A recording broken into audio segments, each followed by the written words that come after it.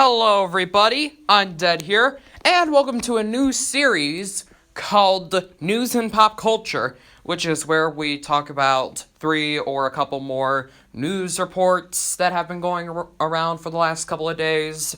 Like, we're going to be talking about stuff from Marvel, from DC, from Star Wars, from other stuff, including rumors. But if there is a rumor, like a good rumor from We Got This Covered, which some of We Got This Covered's rumors are very entertaining, and I'll put it on this series, or if a rumor is bad and stupid, it'll be on the We Got This Covered's rant series. So anyway, let's get on with the news and pop culture. By the way, sorry for this frame of my cat, it's really hilarious. So the news that everybody is talking about is that AMC theaters are banning films from Universal, such as the upcoming ones, which are Candyman, Halloween Kills, James Bond No Time to Die, which is from MGM, Universal is just distributing the film, Fast and the Furious 9, and Minions Rise of Gru, which, let's be honest, I don't think people are interested in the Minions anymore. It could win the July release dates along with Space Jam, but hey, Space Jam would fill in that big 90s nostalgia, and plus the Looney Tunes might be still popular to this day. But anyway, we're not talking about that. We're talking about AMC. So the reason why they did this is because Universal, who invented the putting films on digital craze, let's be honest, if they didn't do this, then companies like Warner Brothers and or Disney would have done this. But however, Universal just put that out of nowhere. They didn't warn theaters that they were going to put Trolls World Tour straight to digital. They didn't told theaters that they were going to bring their recently released films like The Hunt or The Invisible Man or Emma on digital. You know, I wish they kept James Bond No Time to Die. Like, they kept the release date and then they changed the title to Time to Die. Yeah, I'm sorry, that's a Saturday Night Live joke I heard during this outbreak. Anyway, I'm signing on with Universal, because you can't just ban a studio from playing in your theaters. I mean, I would ban Illumination, except for the Mario Brothers movie. But these films are possible to make less money because they're not playing in AMC. People would have to go to Cinemark or Harkins, or even Regal. Now, would this be a permanent change? I do not think so. I do not think that AMC is going to ban Universal forever. There's probably going to be a change. Because anyone with common sense knows that a theater cannot just ban a studio from their films playing in theaters all across the world. If you do not know, AMC is the biggest theater chain in the world. And since that it is, people are saying it's going bankrupt. Some people are saying it's likely to close down. But not other theater chains like Regal or Cinemark. Anyway, like, why are people saying AMC is the most likely to shut down when they're the biggest theater chain? Because let's be honest, a bunch of stuff, like people are saying comic book industry is going to shut down because of Snowflake and Safe Space. People are saying the theaters are shutting down because of the cough. I can say coronavirus. I'm not monetized. I'm not making money off this platform. I am not going to do that because YouTube just literally Fs everyone. So, what do you guys think of this decision? Do you think this is forever? But here's a fun fact. Scoob, since that is being released on digital, Warner Brothers was smarter enough to actually tell theaters that they were going to do this. So AMC is like, alright, you're cool. Well, Universal just pulled it out of nowhere, so we hate them now. We're not playing classic films. We're not playing the films that invented the cinematic universe. Even when a Hulk movie is coming out, we'll never play that. Get it? Because Hulk is owned by Universal. They own the distribution rights. Oh my god.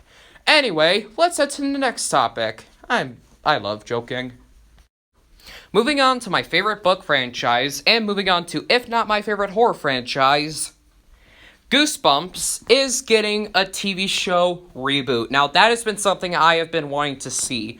I bet a lot of true Goosebumps fans want to see that. Sure, I have been buzzing about Goosebumps 3, but due to the bombing of Goosebumps Haunted Halloween, or Goosebumps 2 as it is called today, I'm just going to call it Haunted Halloween, because I'm used to that.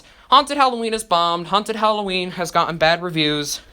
But I do believe that a TV series could be redemption for the franchise. I mean, if they wanted to do a Horrorland movie like the original plan for the sequel was, that probably would have been redemption if they were going to do a third film. But it makes sense for them to do a TV show. Maybe, just maybe, we can finally get episodes based off books that never got episodes, like The Abominable Snowman of Pasadena, like the first Night of Living Dummy book with Mr. Wood, or even the Horror at Camp Jelly Jam. I know Beyond from 90s Portal would love that, because he loves the Horror at Camp Jelly Jam. Egg Monsters from Mars, there's many possibilities you can do. My suggestion is that each season can be a Goosebumps book franchise. Like, season 1 can be the original 62 books. My favorite Goosebumps book is The Werewolf of Fever Swamp. I wonder if they're going to keep the designs from the movies in the series. Like, The Werewolf of Fever Swamp, we got the movie design in the episode, or the Abominable Snowman episode, we got the design, or the Scarecrow Walks at Midnight episode, we got the design. Or maybe the Haunted Mask episode. R.L. Stine did say he wants to see a Haunted Mask movie, which I think that's a good idea. And maybe we can now see modern versions. Well, I hope the Goosebumps show isn't modernized. I mean, I wouldn't mind if it's modernized. But maybe we can see a modern version of the Masked Mutant, which I wanted to see in the sequel. I wanted to see in the third film. Maybe we can get an original episode of Curly, who never appeared in books. He appeared in only merchandise. Now, I'm pumped for this. And I think that season 2 should be the Tales to Give You Goosebumps, which are different stories in one book. Now, they can't do different stories in one episode, because that'll be like 16 hours long. And season 3 can be Give Yourself Goosebumps. Those are game books, so it's probably going to be hard. Season 4 can be Series 2000. Season 5 can be Goosebumps the Horrorland series. So yeah, there's many possibilities you can do with this show. But what is going to happen? Where are they going to put this series on? However, this show is said to have adult themes, which, although Goosebumps are kids' books, like most of the Goosebumps fan base are adults. And a lot of the books and a lot of the episodes had really dark elements, had really dark themes. Like for example, the Horror at Camp Jelly Jam, King Jelly Jam has kids washing them, and whoever doesn't wash him, they get eaten. Or the Werewolf of Fever Swamp, the werewolf just drowns. Or even like all the dark endings. Like Dr. Gray being abducted by the egg monsters. I mean, the egg monsters are good guys. I cannot wait to see how they can incorporate egg monsters from Mars into an episode. Maybe they'll keep the designs of the creeps. Maybe they'll keep the designs of monsters who barely had screen time in the first Goosebumps movie. Maybe we can hit Prince Koru right. I mean, Prince Koru would have great if he had more screen time. Or even just, man, I'm pumped up for this show. I'm more of a fan of the original 62 books. Anywhere it's at, I would watch it. I think the main 4 contenders, I think the main part where Goosebumps is going to be is streaming, because streaming is popular. But let's on to 4 streaming service that maybe Goosebumps can be on. Hulu, that has a lot of horror in it. By the way, speaking of horror, go watch Little Monsters. It's on Hulu and it's pretty good, though it's an Australian film. Netflix has the original Goosebumps show, so that's possible. Amazon Prime, Amazon is getting big. Since they have The Boys, which is very popular, I haven't seen The Boys yet. And a Lord of the Rings show. But the big contender that I think might be possible is HBO Max. We do know that HBO Max, aka Warner Brothers, since this is Warner Brothers' streaming service, and Sony are in good terms, because Sony's film, American Pickle, is going to be an HBO Max original. Originally, it was going to be a theatrical film, but, due to the cough, it got delayed. Plus, it's going to have Seth Rogen, and I love Seth Rogen. Sony and HBO Max were able to sign up a deal to have American Pickle become an HBO Max original. It doesn't say when it's going to come out at launch, or maybe, but they did say somewhere this summer. So maybe Goosebumps can be on there. But I think the likely part of the Goosebumps show is coming to streaming, but maybe it could head to television, like probably Cartoon Network or or maybe Nickelodeon. But no. Oh, they said it's going to be an adult-themed show. This is going to be a show meant for the Goosebumps fans who grew up with these books. The fans who truly know what Goosebumps is. Because kids, all they do is look at the covers and say, oh, I like this monster. I like that monster. I like this book. I hate that book, when they never even read it. I even made a video of that, but I was pretty ignorant back then. But hey, are you excited for the Goosebumps show? Do you think it's going to head to streaming? Why or why not? Kicking off some news that Charlie Cox said he does not know if he'll return to the MCU as Daredevil or he'll be recast, or if the character Daredevil would be recast in general. However, someone asked him that if Daredevil and Charlie Cox would appear in Spider-Man 3.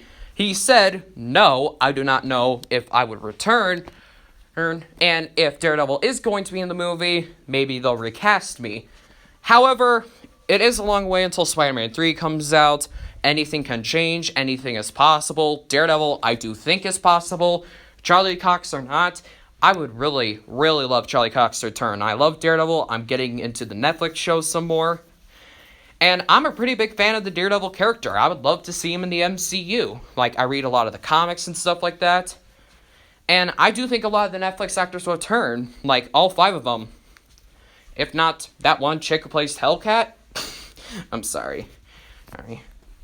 Like, if Daredevil were to return to the MCU, I think they'll give him, like, a much bigger role into the MCU. They'll make him have side appearances in standalone films for himself, Avengers movies, and Defenders movies. Plus, the Hulk, She-Hulk, Doctor Strange, and Silver Surfer were part of the Defenders in the comics. So yeah, there's many possibilities you can do with Daredevil, Charlie Cox or not, in the MCU. Plus, Kevin Feige, of course, is about fan service. I like to call the guy Papa Kebs, the Masahiro Sakurai of the United States of America. And Daredevil, Charlie Cox, I do think is possible. Charlie Cox did say he does have a film contract, and Kevin Feige's literally not going to get rid of that film contract. But if they were to bring in the Netflix actors, Marvel Studios would give them standalone films, if not a trilogy, a lot of side appearances, a lot of crossovers, and give the general audience, characters that Marvel fans are fans of. But let's talk about this real quick. However, the reason why the Netflix character's appearance in the MCU was kind of iffy-affy was because of Netflix contracts. Netflix did not own the characters, they owned the distribution rights to the characters. That's why shows like Daredevil and Jessica Jones lasted for about 3 seasons. Plus, the contract and everything that was said probably wasn't read by Charlie Cox, or the actors of Luke Cage, or Iron Fist, or the actress of Jessica Jones, or the actor of The Punisher, because it's probably 2,000 bajillion pages long.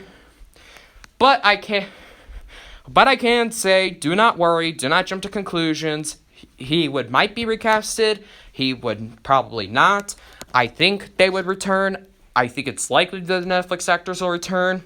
Plus, I do think Daredevil, not likely, but possible, is to appear in Spider-Man 3, but I don't think it'll happen because of different reasons that I can't say. But however, some people are saying that She-Hulk is going to appear in Spider-Man 3 because She-Hulk is getting her own show. She-Hulk is a lawyer, just like Matt Murdock. And even if they were to recast the Defenders, the Netflix actors, then they would still be like they are, since the Netflix shows are connected into the MCU at one point. But Dad, why are you saying they'll might get standalone films? Because these are other characters in the MCU. Pretty much everyone might get a project. I don't think they'll continue the shows, and the reason why I say standalone films is because there are many projects you can use for the Netflix characters, Daredevil, Iron Fist, etc., to adapt into film. I hope they give them a big future. I hope the Netflix actors will return. But Charlie Cox said he does not know, and if Daredevil was going to return in Spider-Man 3, he'll probably be recasted, because he has not have talks to appear in Spider-Man 3. Which I don't think he'll be in the show. I don't think he'll be in Spider-Man 3, is what I meant. But it's possible, because Spider-Man and Daredevil did have a history in the comics. They were bros, and they both hated the Kingpin. Here's what I'm thinking. Like, if they're going to adapt Daredevil into movies, they should bring in some villains from his rogues gallery, like Beetle, Leapfrog, freaking Leapfrog. And though Kingpin is already in the Daredevil show, and his rights are kind of iffy-affy with Marvel Studios and or Sony, since Kingpin did appear in Into the Spider-Verse, maybe they can keep in the actor of Kingpin as well. But, however, we do know that Mahershala Ali was recasted as Blade. But, however, there are these things called soft reboots, which a soft reboot is something where it's a reboot, but not really. It connects into the original thing in the first place. So, yeah, what do you want them to do with the Netflix characters? Do you think Charlie Cox will return as Daredevil? I think he'll return. I do think the Netflix actors will have a future. I do think there will possibly be a trilogy of Defenders movies. If not the Defenders, can be the side Avengers films. There's going to be a lot of side Avengers films, like X-Men, Young Avengers, the Thunderbolts, etc. I don't count in the Inhumans, the Fantastic Four, the Eternals, and or the Guardians of the Galaxy, because they're their own thing. But hey, I'm kind of fanboying here. I'm not saying I'll think he'll return because I'm a fanboy. Like, I will, if he gets recast, I'll definitely be mad. The character of Daredevil, I'll be mad if he gets recast. But you could call me a toxic fan all you want, because I kind of refer myself as a toxic fan sometimes, because I get mad at some Marvel Got Woke rumors, which we're not gonna talk about that. And, like, I got super duper angry that Spider-Man was out of the MCU, and look, sometimes it's not being a toxic fan. You can call me a toxic fan all you want, because, look, I don't know. This had barely anything to do with Charlie Cox.